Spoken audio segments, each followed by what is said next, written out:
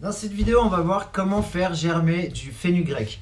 Alors, la première chose à faire, ça va être de le mettre à tremper. Donc, vous prenez un bocal, 1, 2, 3, 4 cuillères à soupe, ça c'est pas vraiment important, vous pouvez le faire à l'œil. Le fenugrec va pas prendre beaucoup de volume, contrairement à l'alfalfa par exemple, où il faut faire attention à la quantité qu'on va mettre dans le bocal. Le fenugrec, il n'y a pas de souci, c'est très rapide, donc il faut laisser une nuit de trempage, donc 8 heures. Ça peut être la journée ou pendant la nuit. Et puis, donc quand vous mettez les graines avec de l'eau, moi je l'ai fait hier soir, donc bien remuer pour que les graines tombent au fond. Ça les aide à mieux s'imprégner et puis elles vont s'activer plus rapidement. Donc là, on peut voir qu'elles ont passé la nuit et puis que l'eau, elle est toute jaune. Donc ça, c'est vraiment important. Lors du premier rinçage, donc après avoir fait tremper vos graines pendant la nuit ou la journée, de bien rincer cette eau jaune parce que là, on peut voir que l'eau, elle est toute claire. Donc ensuite, simplement bien laisser le bocal s'égoutter. Il faut vraiment pas oublier cette étape parce que si les graines restent avec une flaque d'eau au fond, elles ne vont pas aimer. Ça va accélérer le processus de pourriture, de moisissure, enfin voilà. Donc vraiment, laissez bien égoutter les bocaux. Laissez s'égoutter 2 minutes. Ça c'est du tournesol que j'ai mis aussi à tremper hier soir. Je vais faire des pousses de tournesol. Donc voilà, si jamais ça vous intéresse, j'ai fait une vidéo qui s'appelle, enfin je sais plus comment elle s'appelle, mais vous tapez les pousses de tournesol sur la chaîne, sur YouTube, et puis vous allez tomber dessus. Voilà, super bon à faire et vraiment très très joli. Voilà, donc on laisse s'égoutter 2-3 minutes. Une fois que c'est fait, je vais le poser tout simplement sur mon étagère à plat. Et ce soir, on va refaire un rinçage. Donc le fenugrec, c'est vraiment rapide, hein, c'est entre 2 et 4 jours. Après, il est déjà prêt à consommer. Donc on peut le consommer vraiment très rapidement. Et, euh, et après, c'est mieux même de ne pas trop laisser le germe se développer parce qu'après, elles deviennent trop amères et c'est un peu moins bon. Après, ça c'est personnel, chacun fait comme il veut.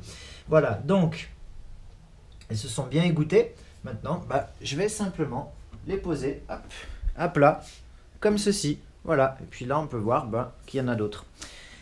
Donc, on va voir l'évolution le matin et le soir pendant tous les jours jusqu'à qu'elles soient prêtes.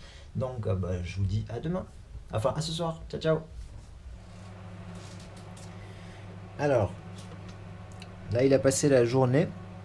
Donc, premier rinçage du soir. Toujours jour 1. L'eau, elle est un tout petit peu jaunâtre. Donc, le premier jour, moi, j'aime bien le rincer aussi une deuxième fois. Enfin, voilà. Vraiment, le but, c'est que l'eau soit bien claire. Donc, après, à vous de voir. C'est pas comme si ça prenait 5 minutes de plus de faire un deuxième rinçage. Donc,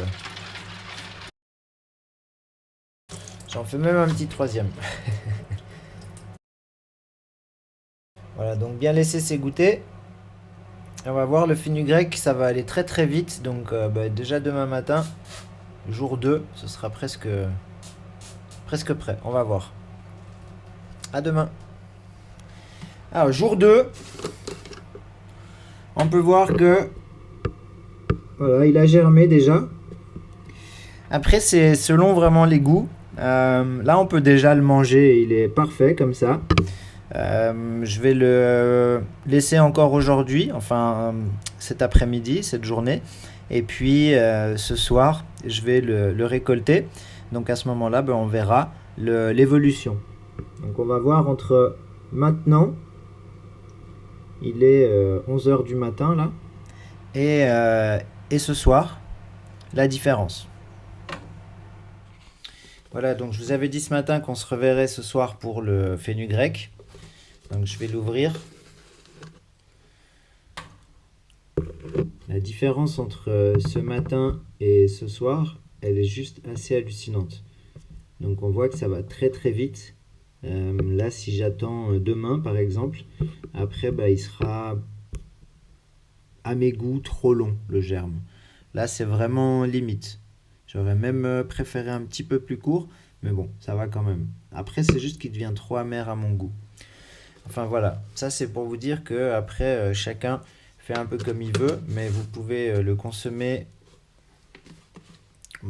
quasi même dès l'apparition du germe en fait. Et après vous pouvez laisser pousser encore un peu plus. Donc après c'est vraiment un choix. Donc je fais un dernier rinçage. Voilà, donc une fois qu'il s'est bien égoutté, donc soit vous êtes prêt à manger et puis vous le consommez directement. Sinon, on peut le conserver dans un récipient, donc soit un Tupperware, soit voilà, enfin moi ça c'est un Tupperware mais en verre. Pour le fenugrec, je vous conseille de mettre une petite couche de papier absorbant au fond. Ça va le conserver plus longtemps, tout simplement. Voilà. C'est pas nécessaire de le faire avec toutes les graines, mais avec le fenugrec c'est bien. Donc mettez un petit papier absorbant et puis ensuite simplement. Et voilà.